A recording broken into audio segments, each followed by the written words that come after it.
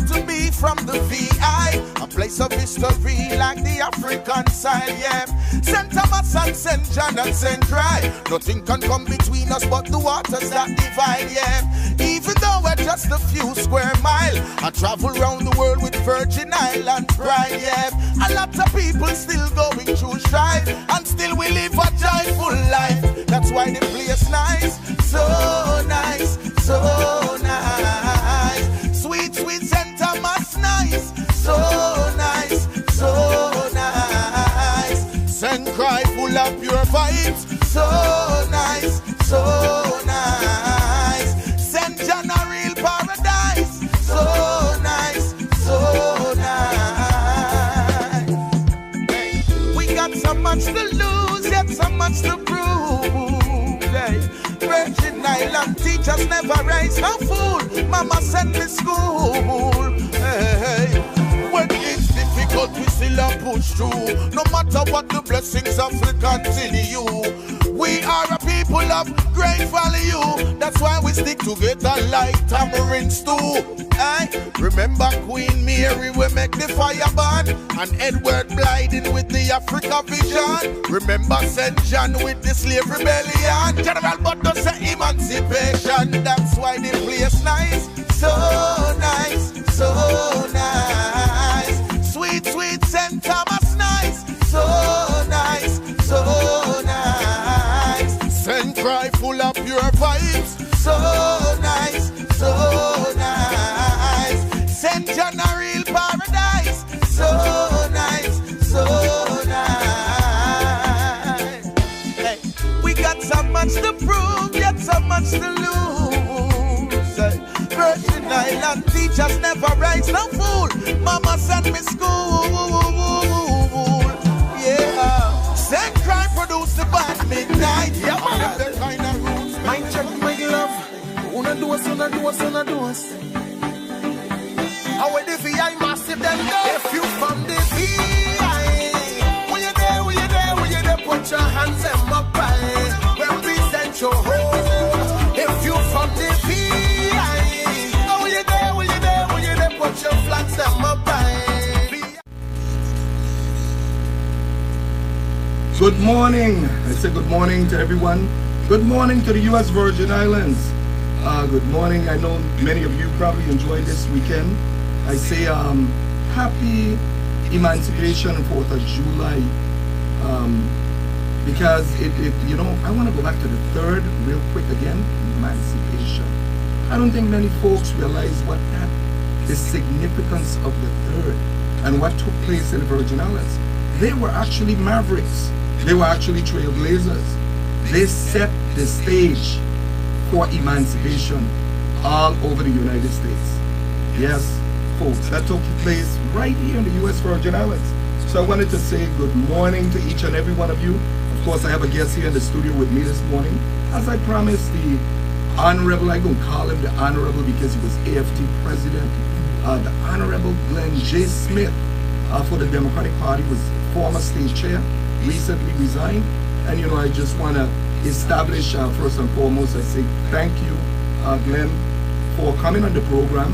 And you know, I just want to make it clear that I didn't go out to try to prod you, but you know, you called me and you said that you just wanted to share your side of the story on what had taken place in terms of why you resigned. And I know you appeared on several programs. But folks, before we dive into this discussion, I just want to provide some updates here this morning. And the updates that I want to provide is just to extend condolences to the family of Elaine Fred Bruley, Doreen, Jamal, you know, just the Bruley family in general, because I've known them for many, many years. And I know, I could only imagine, because you know, we can't really empathize or sympathize or relate unless you have lived the experience in losing a loved one. So we just want to extend our condolences to them. And of course to Donald Turnbull as well, that I understand passed, because I worked with him for, I would consider it to be a brief stint at the hospital when I served in the hospital in the business office. I just wanted to extend condolences to his family. Well, I think that's Governor Turnbull's brother. So condolences to the entire family circle. Folks, I know over the past few weeks we've been experiencing these power outages with WAPA, and people are still talking about them today, and it's almost like they're anticipating that there's going to be a power outage any day. But, let's hope that, I believe the rate increase that they requested went into effect July 1st. I'm not sure, but I think it went into effect July 1st. So folks, you can anticipate that your bills are going to go up, probably come the end of the month, because the cycle, you'll be billed for the past month at the end of the cycle, which would be August 1st. You probably, or into the month of August, when you do receive a bill, you're going to see an adjustment on that bill. Then the Line 3 terminal closure, a lot of people are still talking about that, and it's unfortunate because it impacts the economy. You're talking about over 200 and something people. Already 300, I understand, was let go, but another 267 is going to be unemployed come in the next few months. I think folks are saying that we have a problem with the audio being transmitted over on Facebook. I'm not sure what it is, but we do have problems here with this switchboard. I don't know if Rob could tune into Facebook and let me know if you're actually receiving the feedback or you're getting the voiceovers properly now.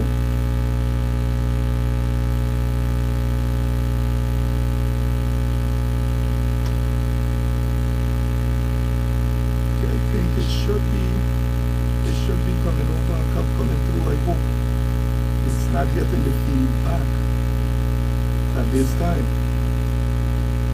You got it, Rob? Yeah, feedback. Huh? Feedback. You getting feedback? Check again now and see if it's getting feedback. Folks, for you on traditional radio, I apologize for that, but I try to make sure that the distribution of this program is clear on both platforms, traditional radio and also on via Facebook. And let me see, it might be here.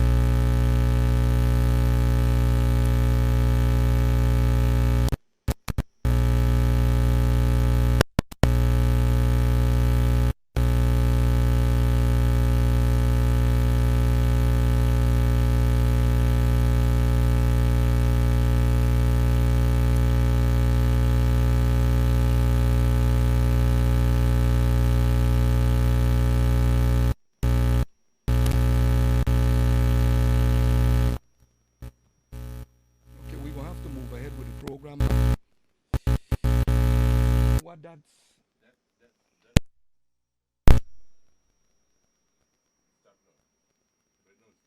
Okay, can you hear me now? You don't have an audio. Okay, well let's proceed with the program. Glenn, if I may finish some of these updates, folks, I apologize for the little technical difficulty we're having here at the station, but it is sometimes we have no choice but to deal with some of this stuff and get it corrected at on the spot. But I also wanted to commend Milt Newton. I don't know if many of you know that Milt Newton actually is from the Virgin Islands, and he's one of the personnel for the Milwaukee Bucks, the NBA team, and they just made it to the finals. I just wanted to commend him and his organization, but I think it's really encouraging that we can see Virgin Islander and then national spotlight that has actually been able to elevate to such a valuable position within that organization, and that is the Milwaukee Bucks. And I think he's to be commended.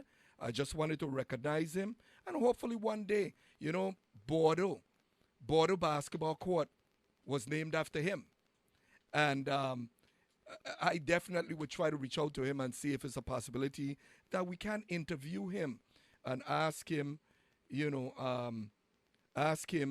for his encouragement. And I'm quickly reminded, jostling my memory, that you have a couple of people in the community that that died, and in just thinking about it, I know, and I'll get back to it because there's a couple more condolences I want to extend to folks out there because, we lost a few giants, as I would call it, in the community. Moving along, folks, for those business people out there, you can anticipate that there's going to be an increase in even the trademark fees at the Lieutenant Governor's office. How they snuck that one in, I don't know. But it's going from $50 now up to $100. And we're talking about in the post-hurricanes and now soon to be post-COVID, because we don't know when this COVID is going to subside, that we could get back to some level of normalcy. But for business people, you can anticipate that those trademark or trade name fees are going to be increased from $50 to $100. And capital projects. I've driven around St. Thomas now for a number of weeks, just looking at the different movement and looking to see where we're witnessing just these capital projects moving. And in particular, in the midst of this hurricane season, I'm still waiting to see people rooftops being repaired. Because we just want to make sure that residents of the Virgin Islands are in fact receiving the attention that they truly deserve, and that is to get, be able to benefit from those thousands of dollars that the territory have been receiving to embark or develop these different programs to reach people and make sure that they are the true benefactors and not that we're expending so much money for consultants. Because if you look at the distribution percentages, it seems as though we're paying more for consultants than we are actually putting out into the community to help folks. And that's a problem. So I think that we'll have a discussion on that in the very near future. And, a few weeks ago I mentioned about the Public Finance Authority. And I just requested from the legislature a list of all the contracts that have been executed and who the recipients are or the participants are contractee in those contracts from the PFA. Because, this morning we're going to be discussing transparency, but the primary discussion this morning is I have Mr. Glen Smith here with me this morning, and we just wanted to have a discussion with him. He wanted to appear on the air to sort of share his side of, I don't call it a story, I say share his position on the reason that he resigned from the Democratic Party, and let him be able to elaborate on various different things or various different issues, things that he considered to be maybe deficiencies or whatever it is that served as an impediment, whatever it is that really discouraged him from even wanting to serve any further. So, folks, this morning, we're going to be discussing with Mr. Glen Smith what is the status of the Virgin Islands Democratic Party. Why did he, as the former state chair, resign? What is the connection within the party? Is there a new guard? Meaning, has there been a transformation? And I want to ask him for his perspective, if he feel that there's been a transformation in handing over the mantle or whatever exists. What was your relationship with the district chairs? His relationship, meaning him as the former state chair. Are you concerned about being perceived as a quitter? Because I've had people, when I started running the commercial, I had folks calling me and some approaching me and saying, he quit, and I want you, Glen Smith, to have the opportunity. I'm giving you my platform this morning to respond to questions. And let me just finalize the final questions that just so the listening audience would have a grasp of what is taking place. Who appointed your executive director? Who is the executive director? Why was the new Vision Club denied a charter or denied whatever approval and certification that they have to go through in order to be a charter here in the Virgin Islands? Will you remain a member of the VI Democratic Party? So that's the final question. Just summing it up, trying to set the stage for us to have this discussion that I think is going to be a valuable discussion for people in the community. So I want to say again, good morning, Mr. Glen J. Smith, former state director of the Virgin Islands Democratic Party. Good morning to you once again, sir. Good morning to you, Honorable Senator Donna Stodd. A special good morning to all registered Democrats in the territory. Let me say from the outset that I was extremely elated when I won the position of the state chair of the Democratic Party. But let me make this clear, this was not my first rodeo. I've served this party in a number of positions.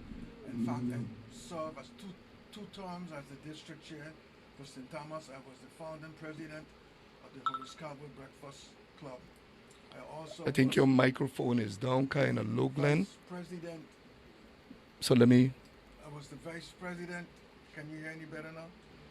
Go again? Can you hear any better? Is this better? I think I'm hearing you better. Thank you. I was also the founding vice president of the Democratic Maritime Pestle Club. I was the vice president of the territorial committee. I was elected to 3 national conventions. So this was not my first rodeo. I've served this party in a number of capacities. I would dare say that of all the individuals involved with the party, Glen J. Smith has served in more positions within our party than most other individuals who are currently serving. It would have been remiss for me to leave the party as a state chair and not... Glen, before you... Sorry to interrupt you. Robbie, if you're in the studio, I think the master volume, you might need to turn it up for Mr. Glen Smith, because he has the microphone directly to his mouth and he's not... Let me know when it's okay to resume.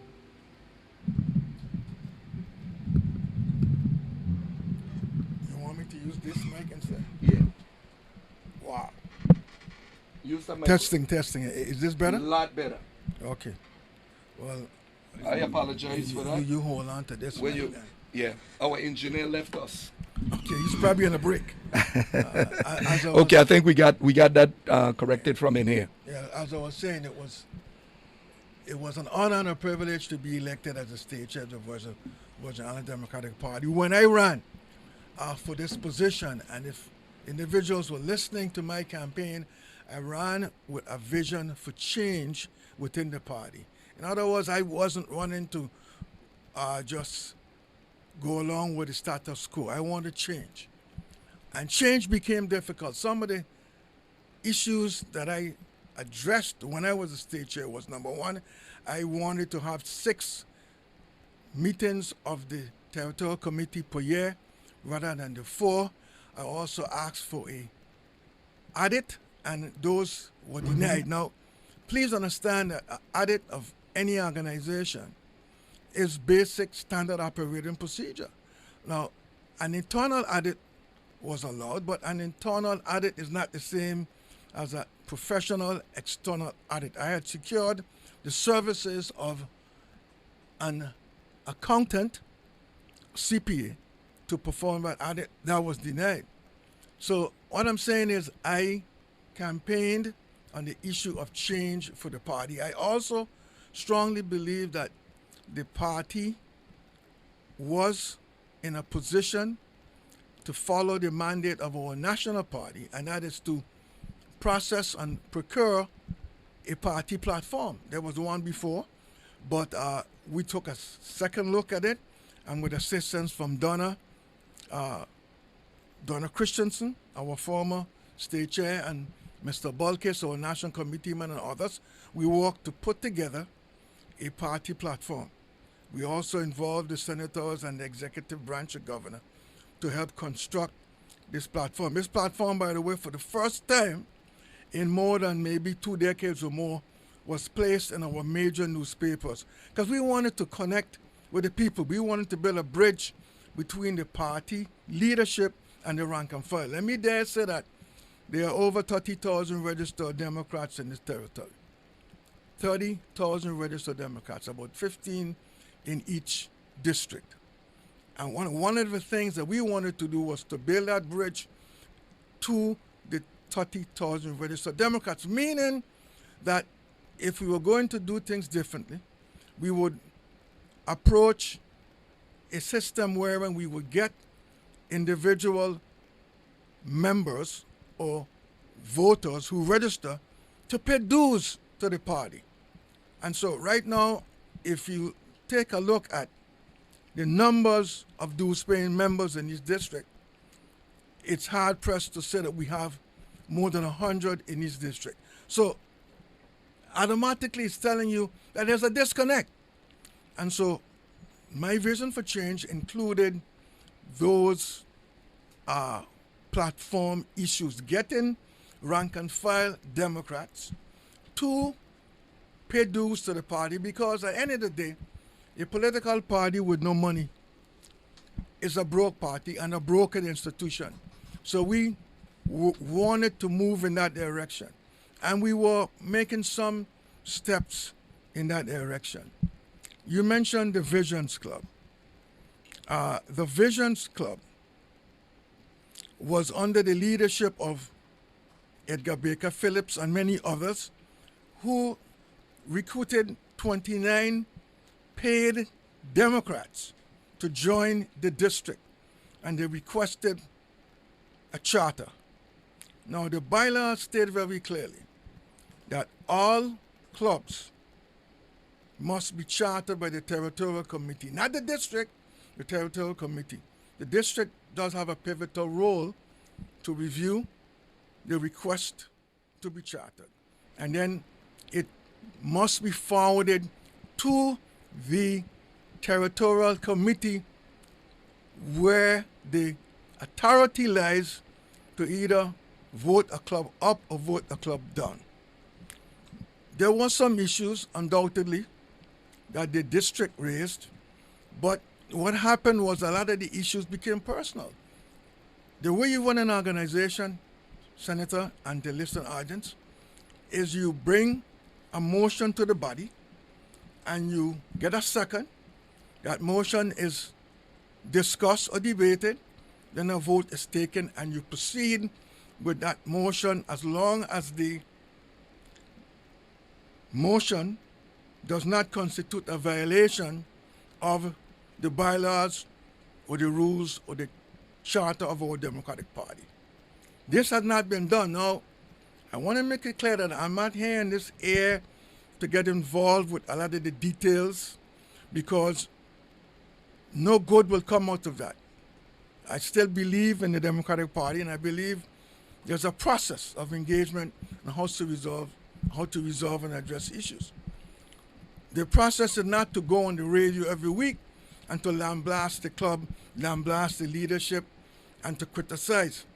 The decisions of the party should be made at a meeting of the party, healthy discussion, debate, and then a position is taken. So I'm going to stop right here at this point and answer any specific questions you have at this time. Okay. I have a couple of questions that I basically wanted to ask you relative to what you just indicated, and I guess you didn't want to elaborate on it, and I understand, rightfully so. You referenced a platform. Now, is it the platform? Is it a platform of 2016? I recall seeing a platform 2016 draft. Is that the same one that you still have in full effect? No. There was a new platform, as I said before. It was debated, discussed. It went before the full body, and it was published in both major newspapers. This platform, if you will, is the nucleus of where the party will set an agenda for the people. And we expect, once the platform is established, that we will meet with the leadership of the lawmaking body, also the executive branch and our party, to establish how we're going to enact those platform planks. And such a meeting was, in fact, requested during my tenure, and the meeting under my watch was never held. There was always a reason as to why this meeting never bore fruit. But it was to my chagrin, because, nationally, and we are a member of the National Democratic Party. This party was chartered by the DNC. Let me make this clear. The DNC chartered the Territorial Committee. The Territorial Committee, in its bylaws, decided to create clubs, districts that should be under the Territorial Committee. But this was a problem, because many clubs and districts often want to operate on their own, but in reality, if you read the charter and the bylaws, they fall under the Territorial Committee. And I think I got into some trouble with that, because, as you know, there's a provision in the bylaws which calls for, once you're a member of a Territorial Committee, you must support the winners of our primary. Yeah. But there were individuals within the leadership of the party who were actively campaigning for members of the opposition. Well, that's a no-no. If you want to be a part of the leadership, you must adhere and follow the tenets of the bylaws and the charter of the party. Some persons believe that the state chair role was mainly to conduct meetings of a territorial committee, attend meetings at the DNC level, but not to manage the party day-to-day operations. And so that's an issue that the state chair had with many individuals who believe that the role of a state chair was not to enforce the bylaws and not to hold individuals accountable. Let me make this clear. If you are a regular rank and file Democrat and you want to go out and campaign for a member of the opposition, well, I don't think it's the right thing to do. Under the party rules, there's little or nothing we can do to that person, maybe talk to them on an individual basis, but they are not the leader of the party. There has to be an adherence to the bylaws if you run for party office and you take an oath to support the candidates, the rules and the bylaws of the party. So let me make this clear. In my letter of resignation, I said the decision was difficult because my campaign was focused on change. Sadly, a number of individuals within the leadership of the party, both horizontally and vertically, did not believe that they were to be obligated to support and follow the bylaws and the rules and the charter of our party. So, who you say folks, and of course this is an indirect, how should I put it? A statement that is being made that is extremely vague. Now, I know you may not want to get into specifically calling any individual name, And any I will individuals. not. Okay, I will not do that. that's fine. So here is the direction I want to take now, and just asking you some questions relative to your platform. And I want to read some language from a past draft that I took out of my files. It has here with a caption of ensuring honest leadership and open government. The people of the Virgin Islands deserve a government free of corruption and one which is responsive, accountable, and always act in the best interests of all the people of the VI today and into the future. Now, does the new platform have the same language in it? You can be assured that the planks in the platform that deals with that subject matter that you just discussed. Okay, so let me ask you this question from a person. And other issues relative to improving the quality of life for the people of this territory. Remember the role of any political party is to do several things. One, to support and elect individuals under the party's banner, and to ensure that the quality of life for its citizens are addressed through the platform. If you look at the national level, right now, and I need to heap a lot of praise on President Joe Biden for his leadership.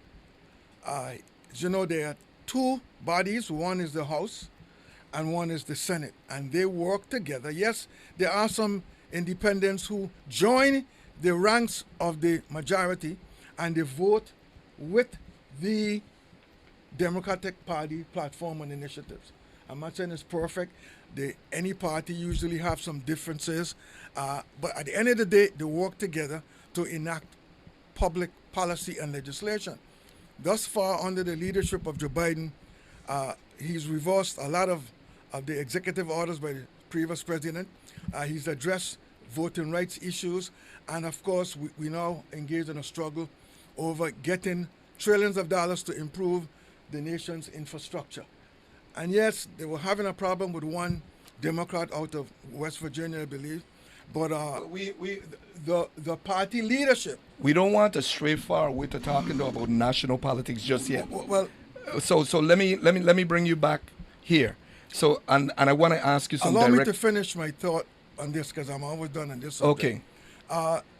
I'm trying to explain to the listening audience that there is a process of engagement. When you have a political party, there's a role for the DNC to play, to work with the president and to work with the bodies in the House and the Senate to bring about effective legislation to govern this country. And I think the majority of Virgin Islanders applies. The majority of Virgin Islands understand that, Glen. Majority of Virgin Islands understand that. The topic this morning that we want to discuss was why your resignation. You explained and you provided a letter with with your resignation.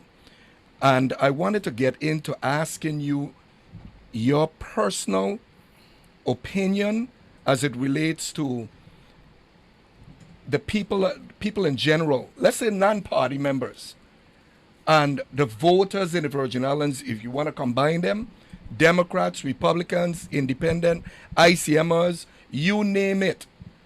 Do you feel that the people of the Virgin Islands have a trust issue with the Democratic Party currently?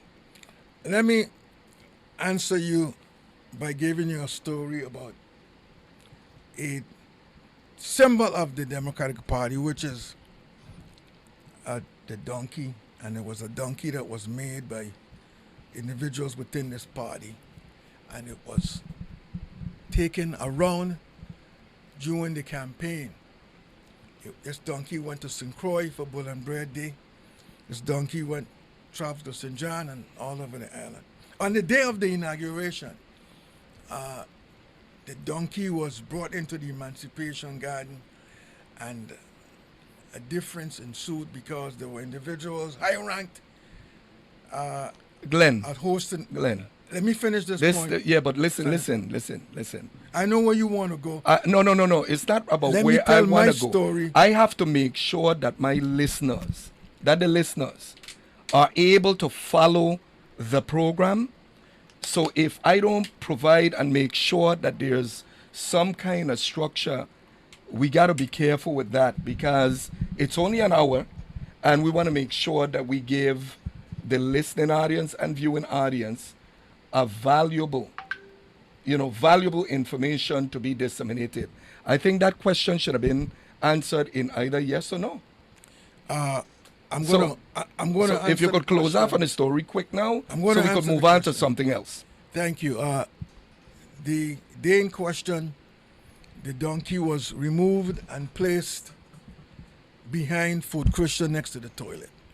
I'm sharing this story with you because throughout my tenure with the party in various leadership roles, individuals run under the party banner, and then they throw the party aside. As you know, one of the key salient points to building a strong Democratic Party in the Virgin Islands has been for us to enact reform. What kind of reform? Legislative reform when it comes to the election. We believe, those of us who believe strongly in the party, that we need numbered seats and we need sub-districting, because right now there is a schism, there is a potential rift for Democrats, because once a general election is held, if you run in the primary and you run 6th or 7th, usually those in the top 5 are lukewarm in supporting those who are at the bottom of the ticket, but they tend to cuddle up with members of the opposition who they believe are strong and will vote and will place high in the general election. So this party needs reform. Well, we need to work together more cohesively. Well, I want to get in team. these questions. Do you feel, who's the titular head of your party?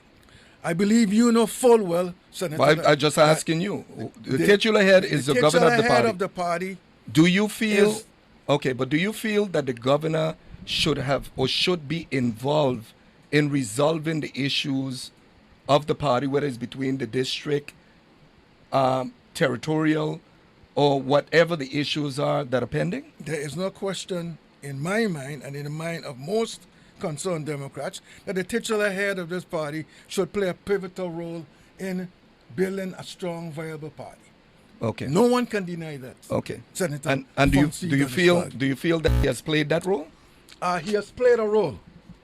No, I ask you if you feel he played the role Senator in building. Donald Just I asking. didn't come on your show to single out any one individual relative to the role of his party, and I made that clear to you when I came on the show. So let's don't travel. You said it a few minutes ago. But let's don't travel along the path. Yeah, but understand, my listeners, right? The listeners out there. You see, the thing to it is they don't like for us to skirt issues, and when I say skirt issues, to throw something out and reference someone and not say who the someone is. So we'll leave that alone because I try to accommodate. I try to accommodate my guests. Well, I respect your right to accommodate your guests. Yeah. Now, I could get into the platform a little bit more, but I want to. I don't know if you have the platform. Put your platform aside. No, because I don't know if you have the platform that was published under this administration. The one that you have is probably an old one. There are some similarities, undoubtedly. Okay, because someone just commented, and I think they're qualified to comment, which is the former delegate to Congress, Dana Christensen, that indicated that it may be the same platform, but there's been modifications over a period of time. Would you concur with that? Of course. I said it earlier when I mentioned the platform. Dana Christensen and others were very instrumental in taking a look at what was in existence and to modify it, and it was published in both major newspapers. Okay. That's not a secret. Those are facts. Okay. Now, the party believes in basically uniting. Is that correct? That's applicable to all political parties, Senator. Yeah. Because I read here in a portion of you, the same platform that I indicated to you, unifying Virgin Islanders, and then it gets into we are committed to unifying not just the party, but most importantly, the people of the Virgin Islands. This will be done. Now, relative to this new vision organization that I think is led by Mr. Baker, to the best of my knowledge, he was selected to be its president. Okay.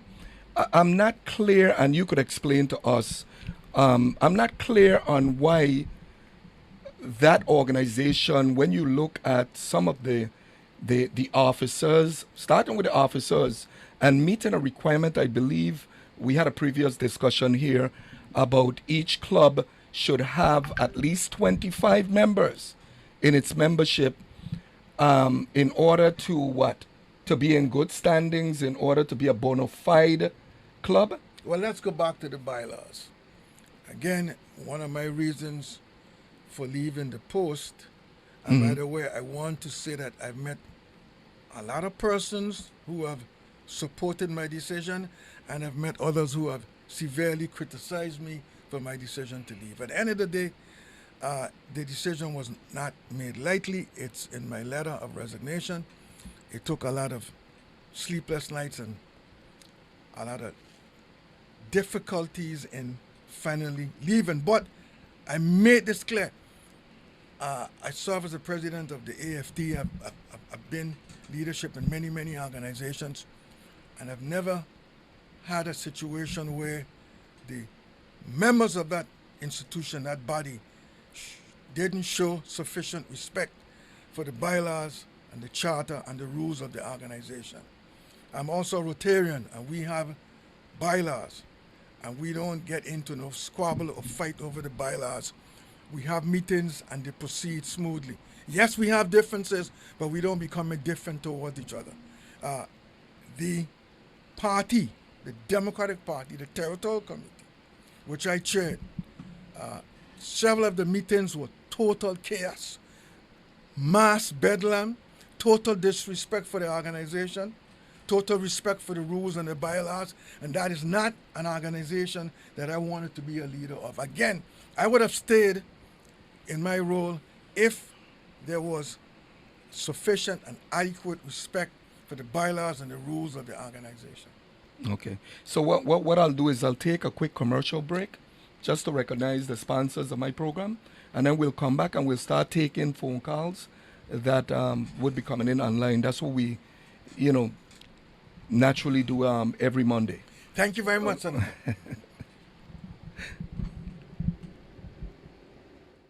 From the water to the pot to your mouth, everything is fresh at Catch of the Day, located on Cookie Point Beach.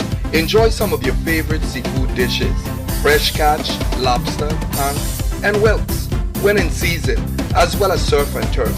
They cater to your wishes. While you sit and wait for your food, enjoy the friendly bar and bask in the ambience that is second to none. Enjoy the white sand, sun, and crystal blue water. We are sure the experience will be unique. Monday through Sunday, 10 a.m. to 4 p.m. Come and enjoy Catch of the Day on Cookie Point Beach.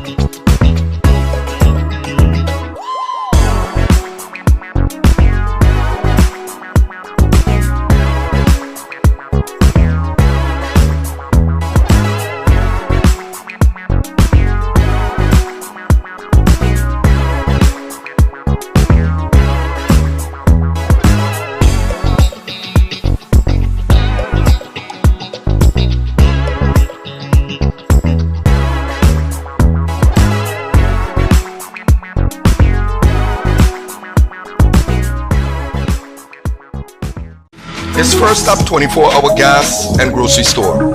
Your number one convenience store. Located across from Vitraco Park. You name it, and they have it. From electronic accessories to your favorite drinks.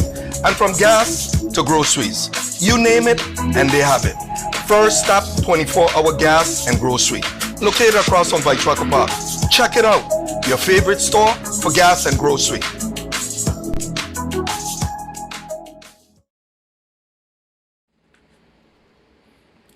Well, we're back on. We're back on. Yes, We're back on. We're back on the air, Mr. Smith. And at this time, we'll just open up the lines to allow for anyone to call. I know people had been calling from a lot earlier, wanting to ask you questions. I guess specific questions even about the party. And you know how it is. You got to be prepared. You got to be prepared for, regardless of who it is that calls in. I mean, that's just how it is. It comes with the territory. Let the calls come in, sir. Yeah, but I'm just telling you, I gotta prepare my guests. So let me go to the telephone line. Good morning, you're on the air. Connect the dots. Good morning, Mr. Donaldson and Mr. Smith. For the record, my name is Adelbert O'Brien. I want to make it clear I have not gotten any straightforward response from Mr. Glen Smith or to explain his letter of resignation or what he's uttering all the time. I'm going to give you an example. Why don't you ask a question, Senator? When did I ask a question? Why don't you ask a question of the state chairman? Hey, ask a question. Well, let me finish, please. I'm asking to speak to you, Mr. Donaldson, who show is the host of the show. So I'm asking if I could make a response to what I was listening to. Am I allowed to do that, Mr. Donaldson? Yes, go right ahead, Senator Bryan. Okay, now. 1970, the first elected governor was Melvin Evans, a Republican. The next one was who? Mr. Cyril King. And the next one was who? Louis, right? So explain to me the differentiation between honesty, loyalty to the so-called different clubs. If the majority of registered voters is the Virgin Islands, then and now, outnumbers any other political party, how then we still have some of these same club leaders and members forming committees to endorse other non-Democrat candidates? It took 16 years for Alexander Farley, who was a registered Democrat, to be the governor by the fact that the members of these same Democratic Party were not endorsing the old Democratic candidate. Again, you come back with the same concern again. You talk about a symbol. I recall, because I read and I know, the Democratic Party signal one was a donkey. And I can show you the record and document where Mr. Cecil Bigger, I was calling him because I have the evidence, made a symbol with a donkey and a saddle cloth, and all of us know what saddle cloth is, with a ICM torch on the cloth. And then come back again, he had to be advised by members then when I'm cheering that he cannot, by law, use a symbol of any other political party to represent no other party. That's a fact. So I'm saying, if all of this evasion is illegal, then you have Democrats for Roy. So it is clear that when he talking about no Roy, he resigned going on before, when he was even a president or teacher, and even up to now to resign. And so all I'm asking, why don't he give you names and titles of people? Because we're not trying to malign none of this. We're speaking of documented facts that some of us out here familiar with. And if he's being evasive, then we're not getting any honesty from the people. If the Democratic Party charter from Washington, D.C., what is the Democratic Party national people are doing about correcting these people from holding clubs and allowing them to operate as independent clubs, different and separate and apart from maintaining a philosophy of commitment to the Democratic Party? If you can explain that to us, then we understand what's going on. I'll be willing. Thank you, Senator Bryan, for that question. This is the terrible Bryan. I was there. Okay, thank you. Well, we still respect you for holding the. Once a senator, always a senator. You know what they say, Senator Bryan. But let me let Mr. Smith respond to you. Let me be very crisp and clear with my response. The DNC chartered the Virgin Islands Democratic Party. The leadership of the Democratic Party, Virgin Islands Democratic Party, on its bylaws, bear the responsibility of holding clubs accountable to supporting candidates under its party. If clubs go out and they endorse clubs now, not individuals, clubs endorse a candidate other than the party, those clubs should be sanctioned. Not by the national DNC, but by the local Virgin Islands Democratic Party. But they don't do that.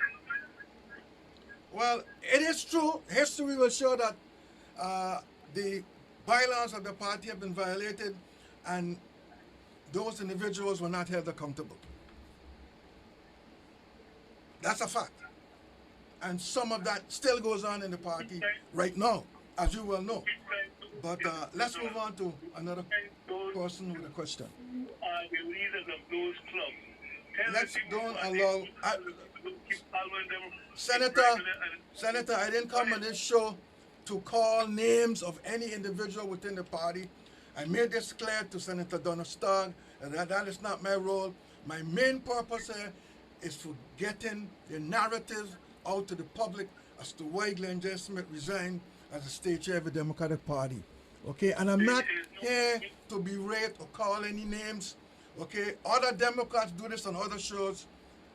I am not going to follow down the path.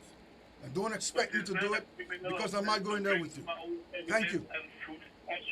If he's not going to bring forward facts and evidence and names and truth, then the people will forever remain confused of their loyalty to the Democratic Party or the charter that they have. If we don't know who these people are, you're not offending them criminally because they can't charge you with those slander because it is a fact and the truth and documented. So the false defense to the truth is an affirmative response. I'm not want you to accuse nobody illegally.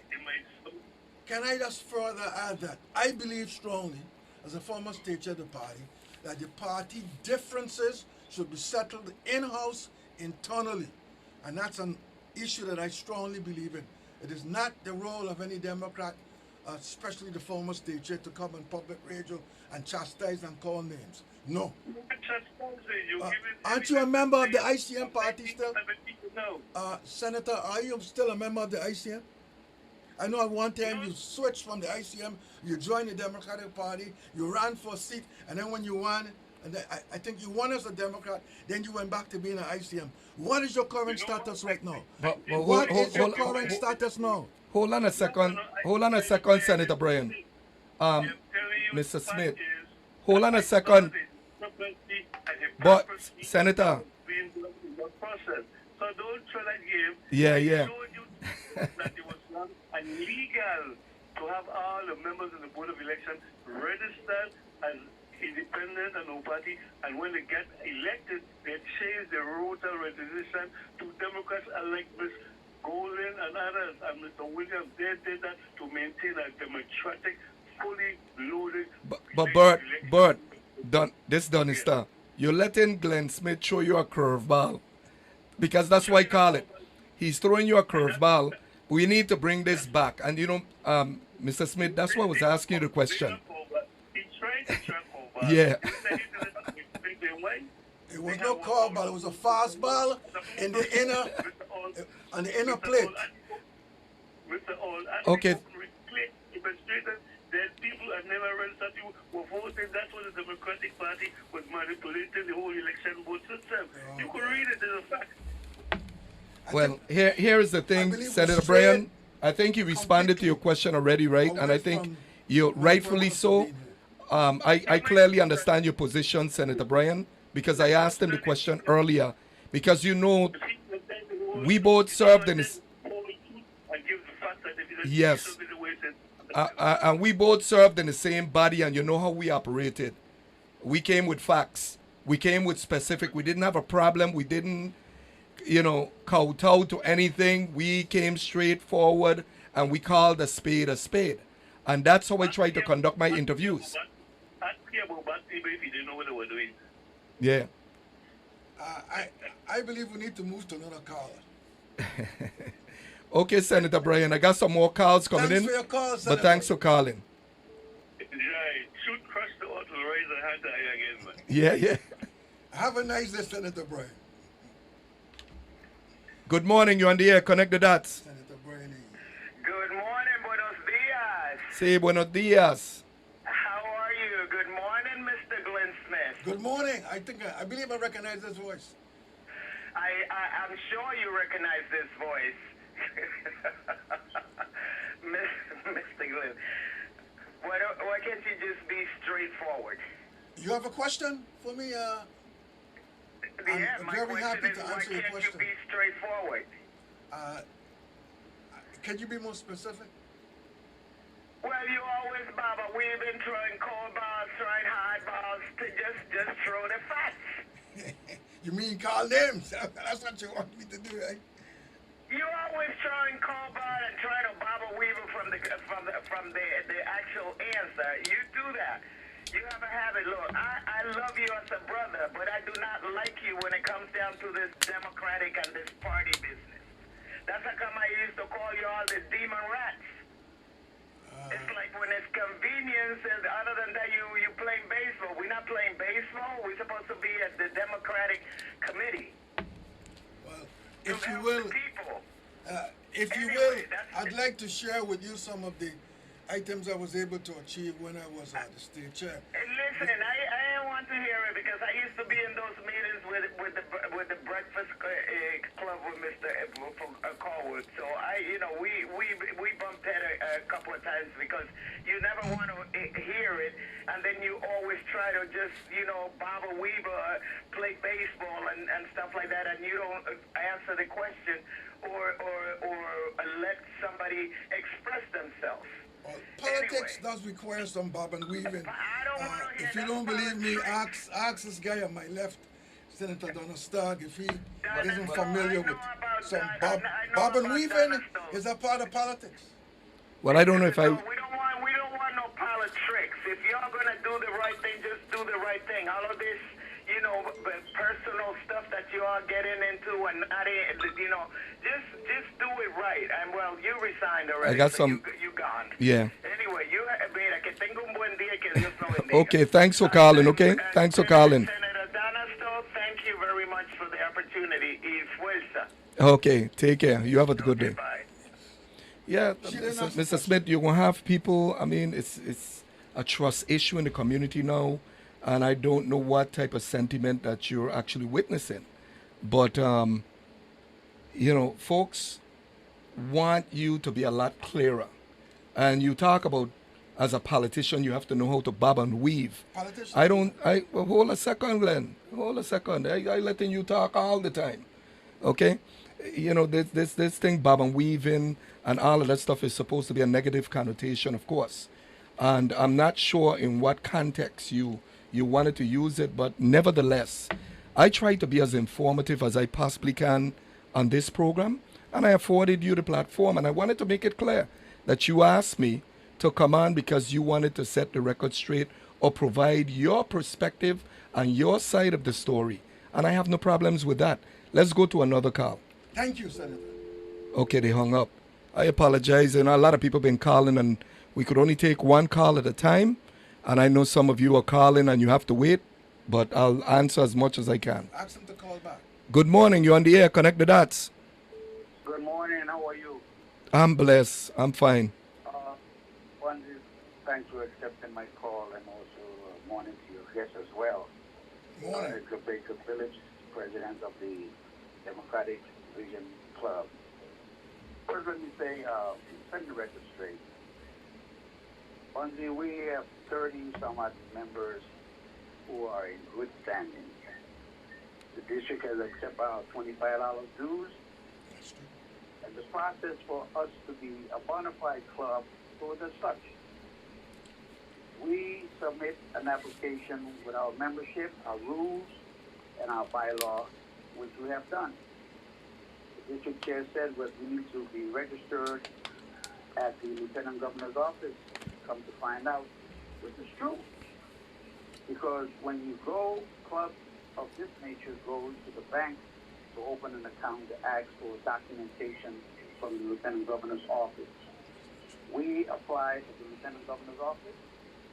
Our documents were clear as the Democratic Vision Club, in good standing. The district failed on several things. The rule says all members should be voting on any application. Our members were never at any meeting present voting this club out of the district. 1. 2, it appears that he has a 7-member group within the district that are making the decision, which is less than a quorum to do business in the district. He has 30 days to rule out. He failed to rule out in the 30 days. He went to the executive body, asked for an additional 30 days. The state chair who's there with you objected to it, but the body overrided it, which is a violation.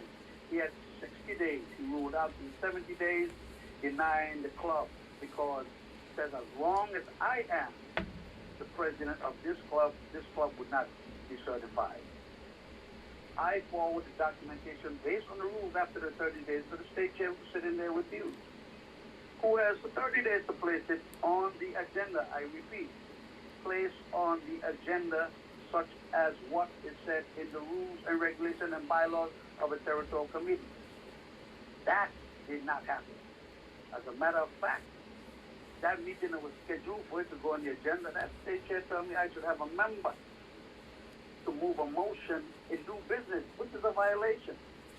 There's no move a motion in new business. It should be placed on the agenda. That meeting crashed. The district chair moved a motion to have this state chair, who just resigned, to be removed for a violation and crashed the meeting. So Baker, let me ask you a quick question and insert here because we're getting to the end of the hour. Do you have a specific question for Mr. Glen Smith? Yeah, because I understand, and I had a discussion with him this morning about the Vision Club. And do you feel that they're respecting their own vision and mission and platform as it relates to unifying Virgin Islanders? Because you are a Virgin Islander just like the rest of your club, because I looked at I believe the roster of membership that you have. So do you have a specific question for Mr. Smith relative to your pursuits in wanting to be unified within an organization? Well, yes, I just said what I had to say, but my question to Mr. Smith is why didn't he place the club on the agenda within the 30-day period? Well, because at this juncture, let me answer the question, Baker, please. We are qualified by default. Let me answer the question. First of all, you heard me say very clearly that only the territorial committee has the authority to approve or disapprove of a club, not the district. District doesn't have that authority. And yes, Baker is absolutely correct when he said that the state chair was overruled by the executive body. When I tried to push this issue on the agenda, they gave the district, very much to my chagrin, another 30 days to review the club. Okay, my position is in writing.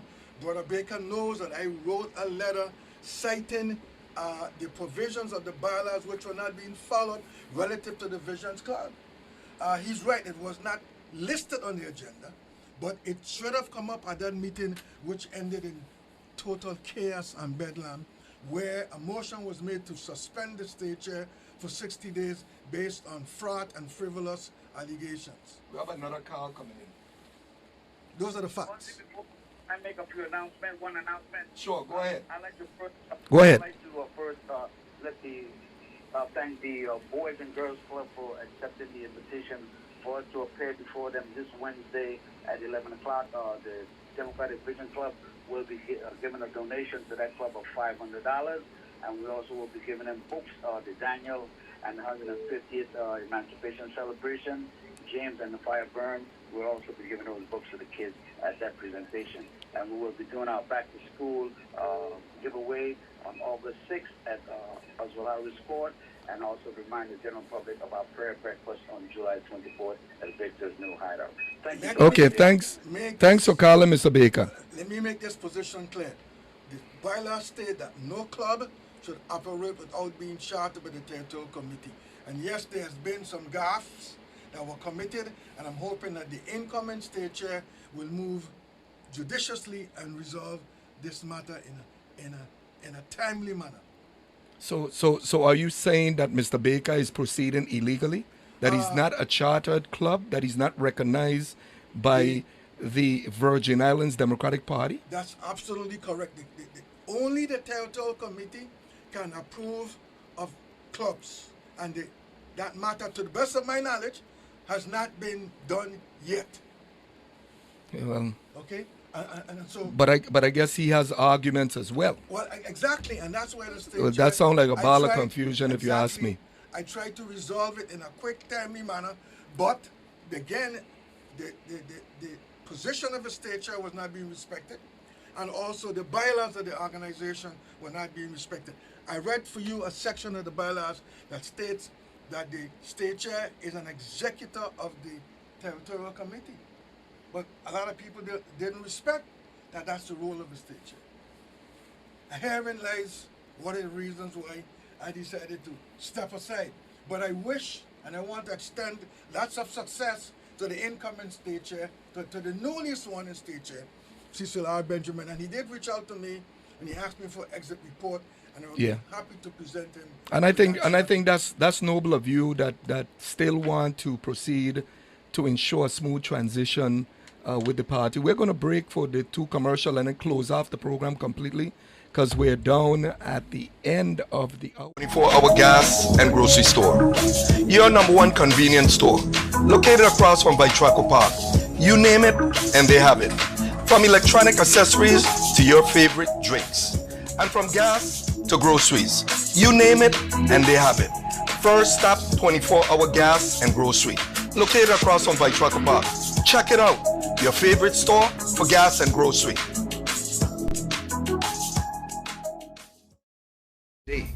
From the water to the pot to your mouth, everything is fresh at Catch of the Day, located on Cookie Point Beach. Enjoy some of your favorite seafood dishes, fresh catch, lobster, tank, and whelks, when in season, as well as surf and turf. They cater to your wishes. While you sit and wait for your food, enjoy the friendly bar and bask in the ambience that is second to none. Enjoy the white sand, sun, and crystal blue water. We are sure the experience will be unique. Monday through Sunday, 10 a.m. to 4 p.m. Come and enjoy Catch of the Day on Cookie Point Beach.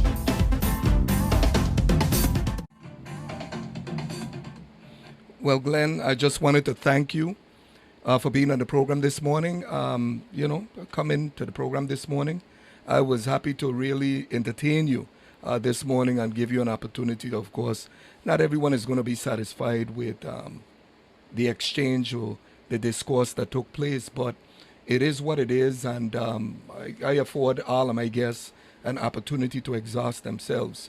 So I just want to thank you for being on the program. I wish you well on your future pursuits. I suspect that you're just going to really live a retired life.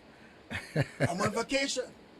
Okay, from but to the rest of the public, my listeners, valued listeners and viewers, I just want to say to have a blessed day and a productive week, and God bless each and every one of you. And until next Monday, the same time, same place, right, live right here on WSDA, Lucky 13, from 10 to